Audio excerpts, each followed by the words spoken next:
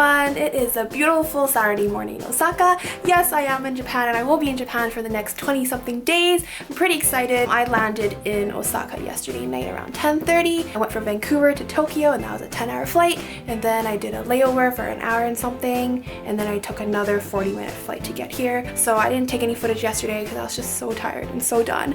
But today's a new day. It's my official first day here and hopefully I'll get some good footage for you guys. This is the Airbnb I stayed in for the night. It's pretty nice. It's a pretty big area for just me and my friend. It could fit probably more than 2 people, probably around 4, and it was pretty nice. Hey guys, hope you missed the sound of my recording voice because it's going to pop in from time to time. So just to give you a little bit more information on this Airbnb, we picked the option of a private room, and that means that the room you're in is just you and whoever you're traveling with, but you share the bathroom and other amenities with other guests. I stayed on the 2nd floor where there were 3 other rooms available for booking, and downstairs was where the shower and kitchen were, but there is also another room available. The owner of this Airbnb also picked us up from the airport and drove us out to the train station the next morning for a small extra fee, which was super helpful because we had no idea where we were at night and we were super tired by then. Oh, also we lucked out on getting the bigger room because as soon as the owner saw our luggage, he just gave us the room that could fit 4 people. Our host told us that there is really no breakfast around here, so this is our first official meal in Japan, which is pretty much cup noodles that we went to a convenience store and bought. And then this, which I'm not quite sure what's in it, but it looks pretty good, so I think it'll be pretty tasty. It looks pretty fluffy. And that's it. So begins our first meal. The soup base looks pretty good in this one. It looks pretty thick and it smells really nice. And this one feels like it has more toppings in the Japanese version than it does in the Canadian version that I've got. It is delicious. Mickey Jang says, not bad.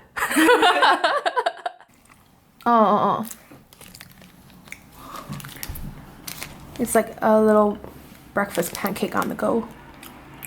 There's syrup and then there's cream in the middle. See?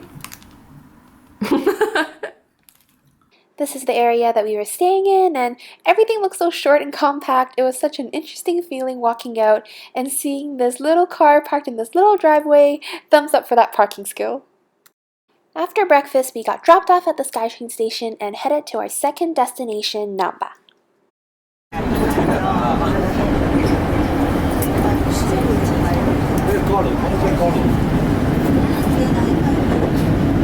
I finally arrived at Namba station.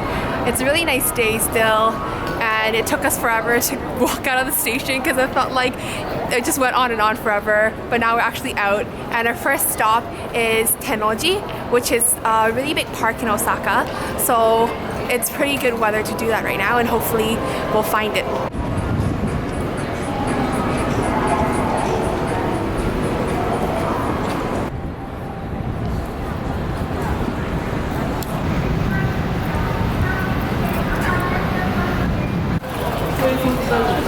Osaka Shinsekai.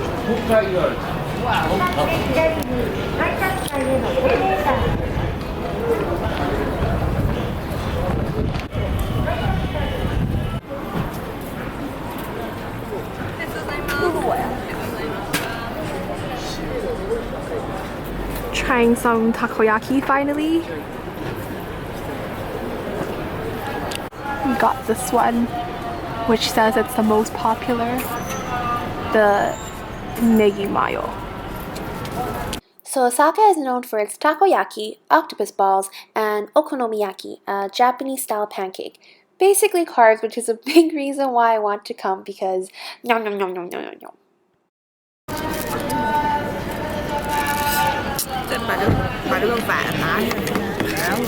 So I feel like the ones we had in Vancouver are a little more solid, but the ones I'm having here, they're more soft and almost liquidy on the inside, but it tastes pretty good, and it's very good fresh.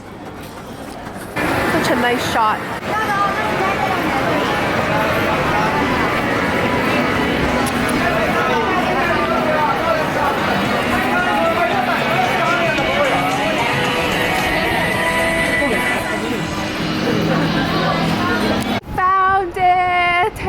Tennoji Park with the Tennoji Zoo inside. Yay! 应该是吧。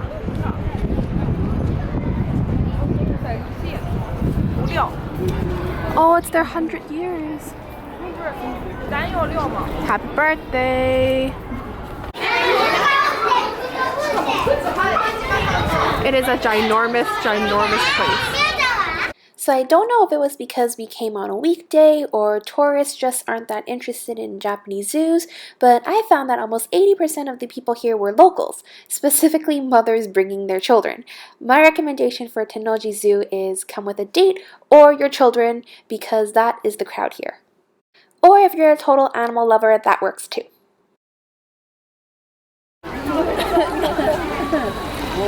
They look majestic, but they're very, very stinky.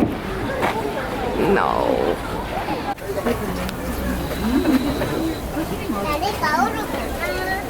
I cannot stress how big the zoo was. The fact that it was a very hot day and there was little to no shade might have been a factor, but I felt like I was walking forever. What brought me a little joy was that the children were really excited to see the animals, and I would hear tiny voices shouting that something looked awesome or cute. But if you aren't a fan of children, this probably isn't the place for you. Ow! Ow! Ow! We walked through the entire zoo after walking around Tennoji and Shinsekai all day. We're tired, so instead of walking more, we were going to plan on doing this tonight, but we're going to go a little early to Spa World, which is supposedly the biggest spa place in Japan. It's a couple of floors, and I'm very excited right now because I'm very tired. So for obvious reasons, I was not allowed to film the inside of Spa World, but I feel the need to explain that if I could, I would live there forever.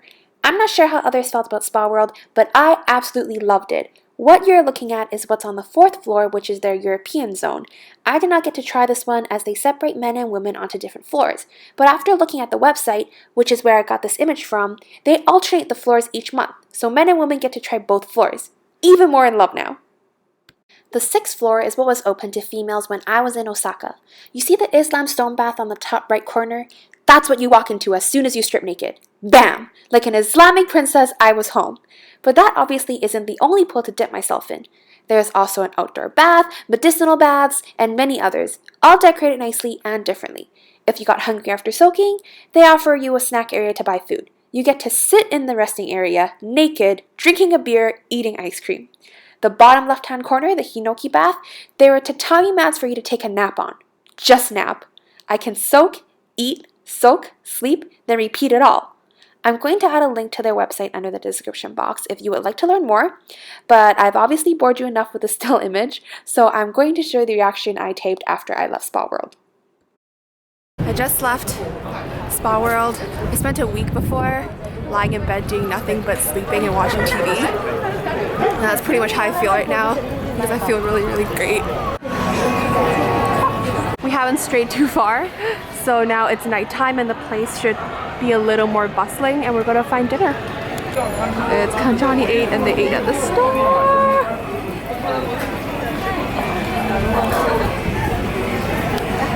So excited right now.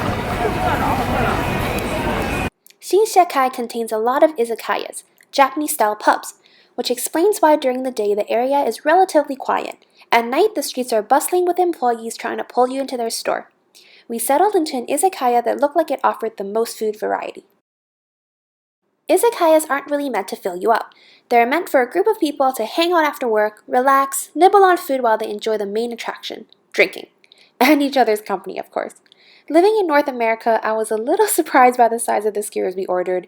It definitely wasn't what me and my friend had in mind when we were looking for dinner, but what is lacking in size is made up for in flavor. We tried a variety of meats that I can't remember which is which, but my advice is if you aren't an adventurous eater, order what sounds normal and doesn't contain organs. If you are down for whatever, you can't really go wrong with anything on the menu. Ordering singles also makes it look a little sad. A batch looks much more appealing. This area of Osaka is also known for kushikatsu, meat, fish, and vegetables breaded and deep fried on sticks. If you like your food deep fried, you also can't go wrong with ordering whatever is available on the menu. My favorite was this deep fried mochi that looks suspiciously like tofu on camera.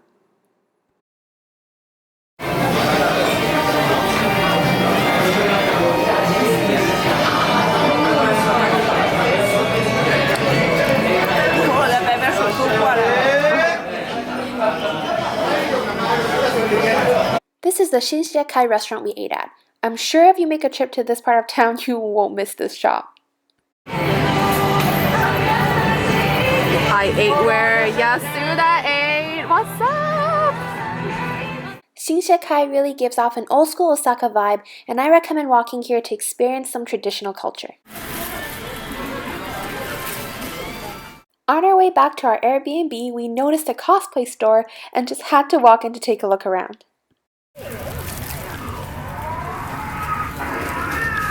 All the outfits in here were secondhand, but that also means they're a lot cheaper. Books, DVDs, and other items were also sold. It is around 10:30 at night right now, and I finally arrived in my second hostel of the night. So I just thought that I would show you guys a little bit of what it looks like. So one thing I've noticed about Japanese houses is they really like to separate the bathroom from the washroom. So this is the washroom, and then this is an entranceway. Oh, that's the doorway. And then coming in, oh, there's my roommate. There is the small kitchen with the fridge. And then there's the bed and the TV. And then what's really nice about this house is we have it all to ourselves, and it's 2 floors. You could totally fit more than 2 people again, which is kind of like the room we had this morning, but this one is way more baller. So there's only 8 floors in this building, and we're on the 8th floor, so we have what I would consider the penthouse, and it certainly looks like it. So here is the laundry room. Here's me again, hello. And then this is the very nice bathroom, which again doesn't have the toilet. I'm not sure how to separate bathroom and washroom anymore at this point. And then here is the second room, and it has 4 bunk beds, so you could technically fit 4 here and then 2 down there, and that's probably 6 people. So I'm very pleased with the layout of this house. I think it looks way cool, except for I have to be careful recording me downstairs. But yeah, this is it. So ends day 1 in Osaka. I hope you enjoyed my adventures. There is a lot more cool stuff to come. I would love it if you subscribed and follow me on the rest of my journey. Thank you for watching, and I'll see you next video.